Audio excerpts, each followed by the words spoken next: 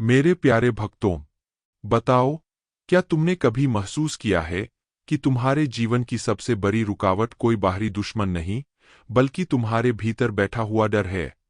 सोचो जरा, कितनी बार तुमने कोई सपना देखा होगा, कोई काम करने की ठानी होगी, पर ठीक उसी समय एक आवाज तुम्हारे भीतर से आई होगी, अगर असफल हो गए तो? बताओ भक्तों, क्या ऐसा हुआ है कभी तुम्हारे साथ? यही तो मैं कह रहा हूं।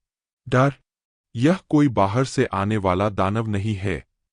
यह तुम्हारे मन का बनाया हुआ एक ऐसा कारागार है जिसकी जंजीरें तुम खुद अपने हाथों से कसते हो।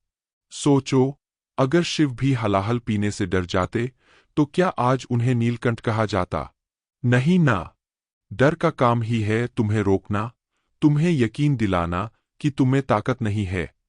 पर मैं कहता हूं, अगर तुम डर से नहीं लड़ोगे, तो यह डर तुम्हारे सपनों को निगल जाएगा, तुम्हारे आत्मविश्वास को खत्म कर देगा।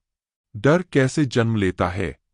बताओ भक्तों, यह डर पैदा कैसे होता है? कहीं आसमान से तो नहीं गिरता। नहीं, यह जन्म लेता है तुम्हारे ही विचारों से।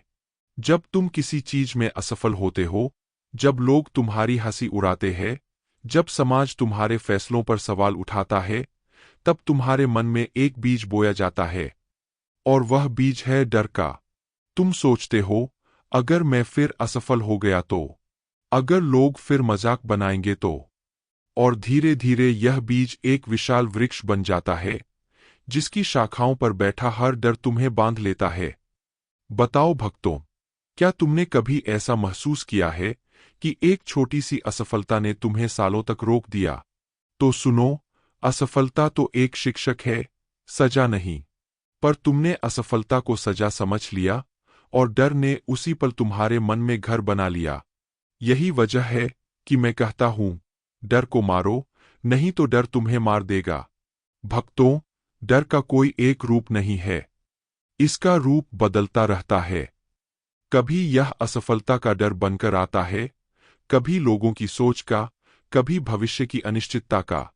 सोचो, कितनी बार तुमने कोई सपना देखा होगा, पर लोगों के तानों से डरकर वह सपना अधूरा छोड़ दिया। कितनी बार तुमने कोई नया रास्ता अपनाने की ठानी होगी, पर भविष्य की अनिश्चितता ने तुम्हारे कदम रोक दिए।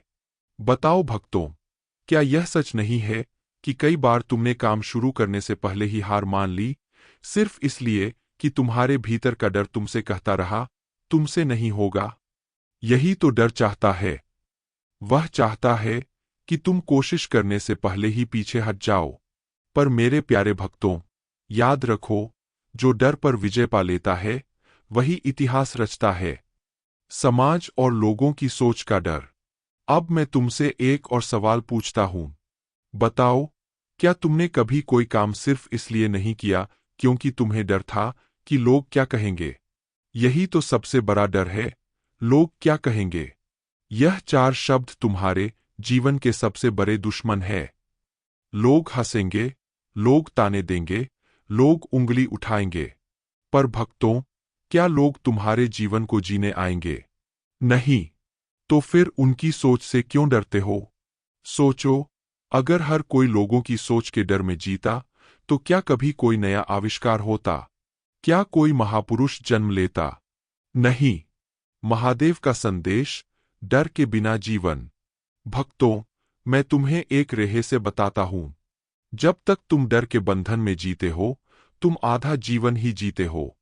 डर तुम्हारे सपनों को मारता है, तुम्हारे आत्मविश्वास को कम करता है, और तुम्हारे भविष्य को अंधकार में बना देता है। इसलिए मैं कहता हूं, डर को मारो, नहीं तो डर तुम्हें मार देगा। डर को खत्म करने का पहला कदम है उसे पहचानना। जब तुम यह मान लोगे कि हाँ, मैं डरता हूं, तब ही तुम उससे लड़ पाओगे।